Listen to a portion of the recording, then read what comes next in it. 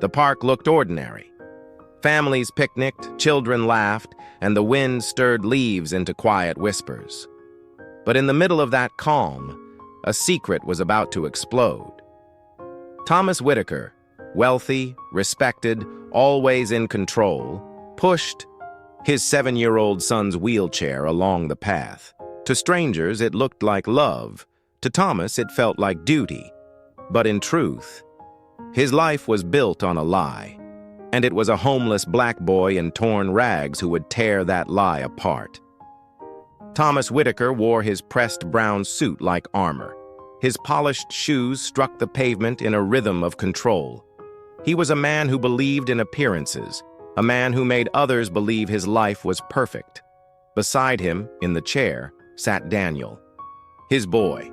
7 years old, hair the color of sunlight, eyes wide but clouded. Daniel hadn't walked in nearly a year, not because of an accident, not because of a doctor's command, but because Thomas's new wife, Daniel's stepmother, insisted he was too weak, that any attempt could kill him. Thomas wanted to fight it.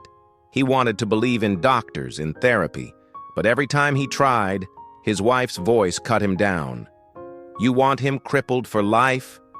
Don't you care about your own son's health? So Thomas obeyed. He obeyed, and Daniel grew smaller in his chair. The sun shifted. From behind the trees, a figure emerged. He was no taller than Daniel. Skin dark, eyes darker, his orange shirt torn and crusted with dirt and old blood. His shorts sagged, his shoes mismatched and breaking at the seams. And yet, he carried himself with a fire. His gaze cut straight through Thomas, through the wheelchair, through the perfect picture. You don't know the truth, the boy said, voice trembling but fierce. His finger lifted, pointing not at Thomas, but at the chair. Your new wife won't let your son walk. The words fell like thunder. Thomas froze, the handles of the chair cold against his palms. His son gasped softly, the sound sharp as a knife. What? What did you just say? Thomas's voice cracked, stripped of its polished authority. The homeless boy didn't flinch. His fists curled, his body trembling, but his voice rose with fury. She keeps him from walking. She tells him he's weak. She lies. She doesn't want him to get better. Daniel's knuckles turned white against the armrests. His eyes darted, searching his father's face. Dad! His voice broke. What does he mean? Thomas wanted to laugh, to dismiss this ragged child as a liar, a beggar. But the boy stepped forward. His shirt clung to his chest, stained and stiff.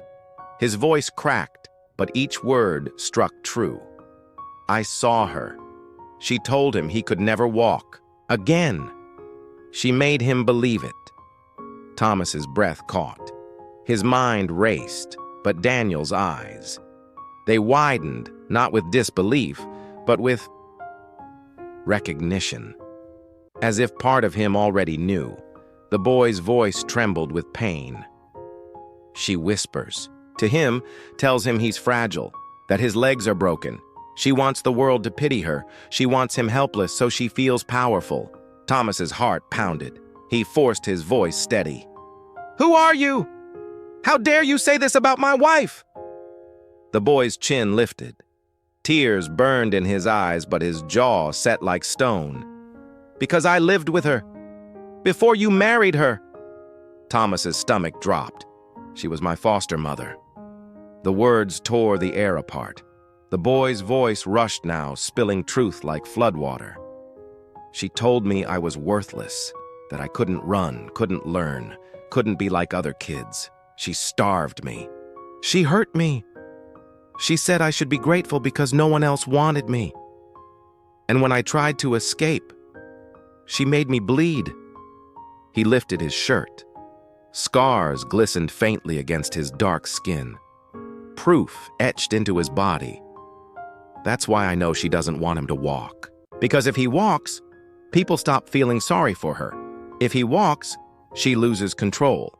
Thomas staggered, memories crashing down. Her sharp tone when Daniel tried to push himself up. Her fury when doctors suggested therapy. Her need for control, for pity, for attention. But another thought slashed at him. A thought he had buried. When his wife first told him about fostering a black boy, her words had been sugar-coated. He was ungrateful. He was wild. He couldn't be helped. And Thomas had believed her. He hadn't questioned, because society trained him not to. A black boy's word against a white woman's tears? In Thomas's world, there was never a contest. And now that black boy stood before him, ragged, hungry, scarred, and yet speaking truth with a courage Thomas had never seen. Daniel's voice broke the silence, small and trembling. "Dad, am I really not sick? Can I walk?" The homeless boy, Marcus, nodded, tears streaking his dirt-stained face. "Yes, you can. She only made you believe you couldn't." Thomas crouched beside his son, his heart shattering. "Daniel, for me, for us, try." Daniel's hands shook as he pushed himself forward.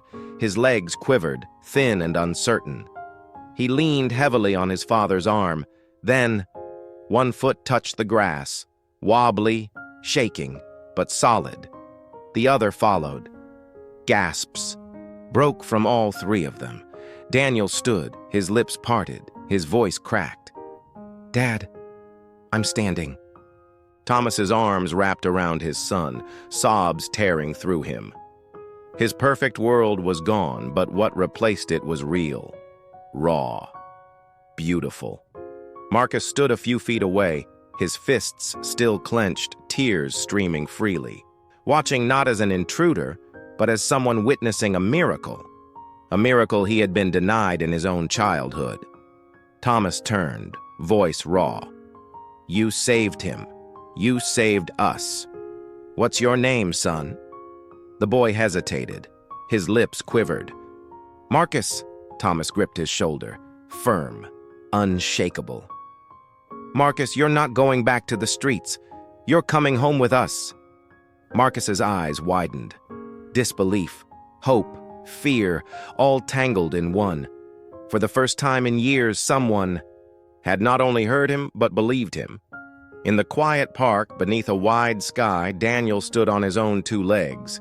Beside him, Marcus stood taller still, a boy society tried to erase, but who carried the courage to reveal the truth. Sometimes justice doesn't come from the powerful. It comes from the voices the world least expects, the ones ignored, the ones dismissed, the ones judged first by the color of their skin. And on that day, Thomas Whitaker learned a truth deeper than any wealth could buy. That justice, real. Justice begins when you choose to believe the voices no one else will. If this story moved you, don't forget to like, subscribe, and share, because voices like Marcus's deserve to be heard. Tell us in the comments, where in the world are you watching from? And remember, stay kind, stay brave, and never stop standing up for justice.